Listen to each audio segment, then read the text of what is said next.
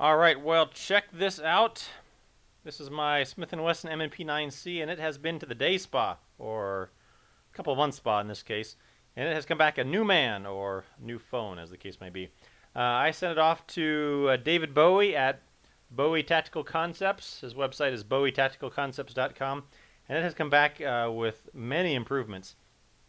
David Bowie, for those of you that don't know, he's an instructor out at TDI, Ohio, Tactical Defense Institute of Ohio, which is out in West Union, Ohio, and they are a top-notch training facility. I've taken a bunch of classes there, and they rival all the other big-name places, and they are even, I think, more affordable. So they're just a gem to have here in Ohio. So any of you that are around here or around the country, or anyone that can get to it for that matter, you ought to check out TDI because they just it lived up to all the hype that I heard before I went there. But anyway, David Bowie, he's one of the head instructors there, and he has his company BowieTacticalConcepts.com, and he does work on polymer frame guns mostly, like M&Ps and Glocks, and does lots of cool stuff for them or to them. So I was out there and had shot a couple of the guns of his that he had done some work on that he had there, and loved it so much that I bought a second M&P and I left it with him for a couple of months, and just got it back, and I love it. Want to make a little video showing some of the stuff that he'd done to it. So he is a kind of a one-man organization. So it could take, because he does such good work and he's so popular, and I think becoming more and more. The wait times can be a little bit, so just prepare for that. You'll probably have your gun for a couple of months. It depends on how much you have done to it. I had a lot of stuff done to mine, so it took a little bit longer. But so let's just go over some of the stuff. So here is the original M&P 9C that I bought and had done a review of, and then I got this second one. So I'm just going to go bottom to top and go over some of the changes that I had made to it. So one of the first ones, which is a safety one, it could potentially save your life, I suppose, is that if you have a malfunction or a jam and you need to rip your magazine out, one of the problems with the original one here is that there is nothing to really grip into because this is all smooth. So trying to rip that magazine out is hard. So what he's done is he put it in these little cutouts, little magwell cutouts right down at the bottom here, such that if you need to get your finger in there, you can get in and you can rip that magazine out, because you can get a lot more purchase on the magazine by getting your finger into that little cutout there. So a nice little safety feature, nice little affordable safety feature that he puts on there. Moving up, one of the problems I had with my original M&P was that after shooting it, a couple hundred rounds, I would have the problem where the underside of my middle finger right here would get raw because of the stippling on the underside of the trigger guard. So I was out there at a class at TDI and said, "Hey, David, hey, look at my finger. You got something for this?" And he said, "Oh, yeah. Look at mine." And so he showed me his M&P that he was carrying, and he does what's called radiusing, which is kind of smoothing and kind of shaping a little bit. Let me bring this up close so you can see. But you can see right there, right in here. So he has taken that stippling and smoothed it out and put a nice smooth finish on it, such that when you fire it, it is just a lot more comfortable. So very nice. Down here, a little bit of stippling on the front side of the grip. And then up forward here, just a small indentation where when you're carrying it, your other index finger is going to rest right in there, and a little indentation for that finger to rest in there. There's just some light stippling in there. So another comfort feature for when you're holding the gun. The stippling on the grip helps you grip it. You can actually get the whole grip stippled. On mine, he just did the front of the grip. And that basically helps you hold it easier, especially if it's wet or muddy or anything like that. And then also, because it's more grippy, it prevents you from over gripping and then losing trigger control because you're gripping so tight. So a nice little feature that you can have done to your grips if you like. Something I never would have thought of, which is why I'm not the gunsmith, is that when he radiuses the underside of the trigger guard, he also radiuses the underside of the magazine release. Let me bring that in close. And you can see right in here, compared to the original one, this one is just kind of scalloped there a little bit. And that's because when you grip it, again, I wouldn't have thought of this until I realized it and saw it, but the underside of or the top of your middle finger there is going to ride along that magazine release, and I never had a problem with it, but but it's going to ride along there, and so smoothing that out just makes it a little bit more comfortable. So nice little extra feature that he did there.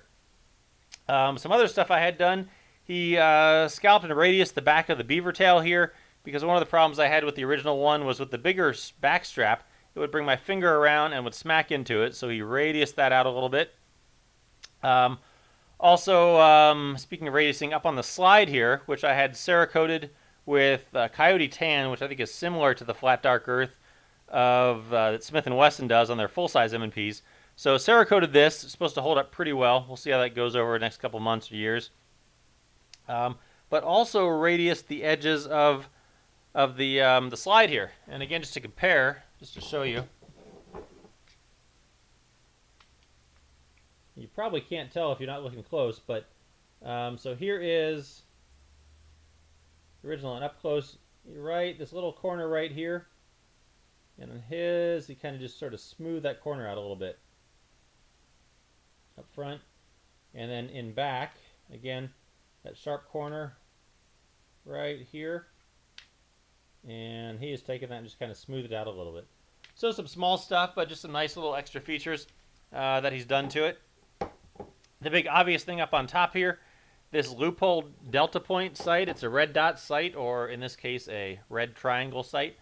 And it makes target acquisition a lot easier. You know, on regular iron sights, you've got to get them, and okay, you got to line them up. By the way, these iron sights are David Bowie designed night sights. I didn't realize it until I was out at TDI, and he said, "Hey, thanks for buying my sights." And I said, "Well, you're welcome. I didn't know I did, but I've been very happy with them. They're great night sights." But anyway, so you got to line them up side to side, up and down. A lot of times at night, you'll end up raising that front end up a little bit so you can see that front sight and you shoot high.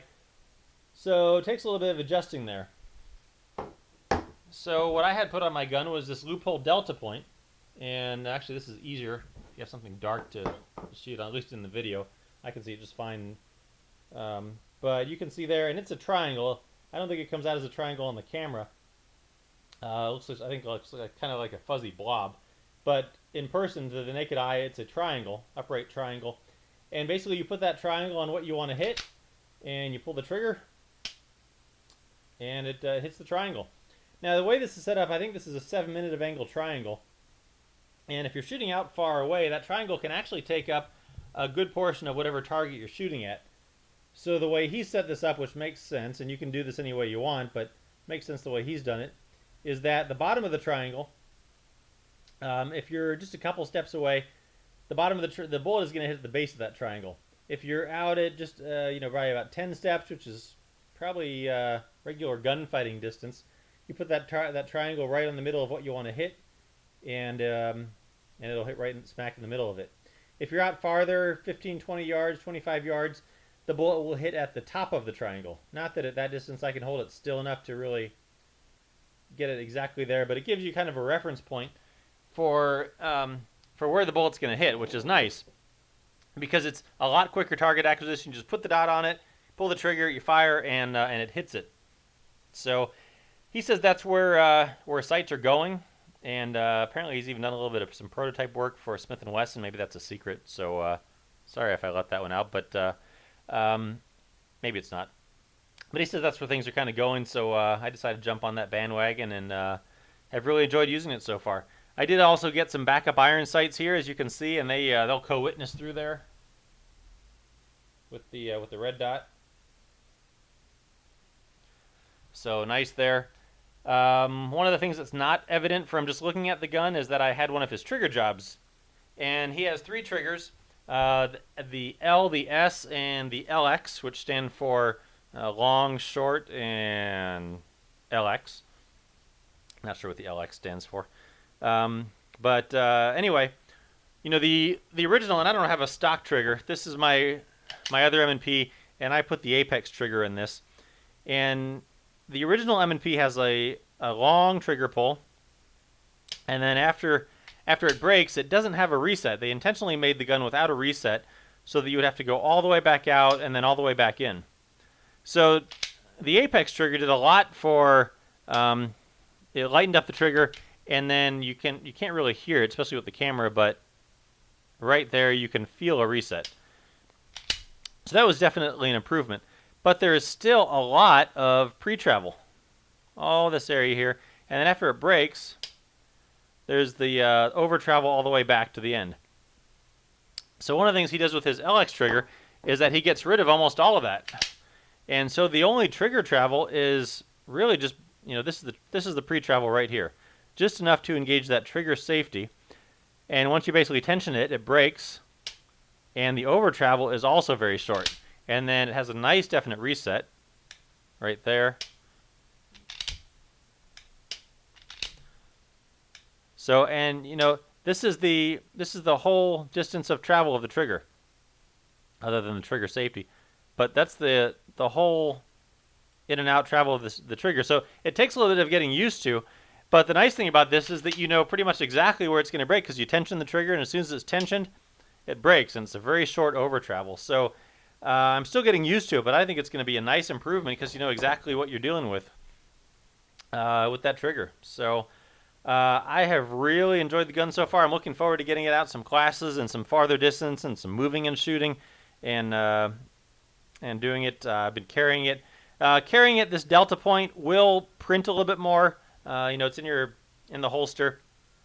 And this will print just a little bit more with your shirt. Not a big deal because you still can't hardly tell, but it does print a little bit extra for what that's worth. This does come in a smaller window with, I think, a 3-minute of angle if you want. He recommends the larger one, so I took his word for it. I think the larger window is going to give you a lot better and quicker target acquisition. So very nice. But overall, I absolutely love this gun. Really enjoying it. I appreciate it, David. Thanks for the work. And can't wait to get back out TDI to take some more classes with you. So check it out, Bowie Tactical Concepts, BowieTacticalConcepts.com.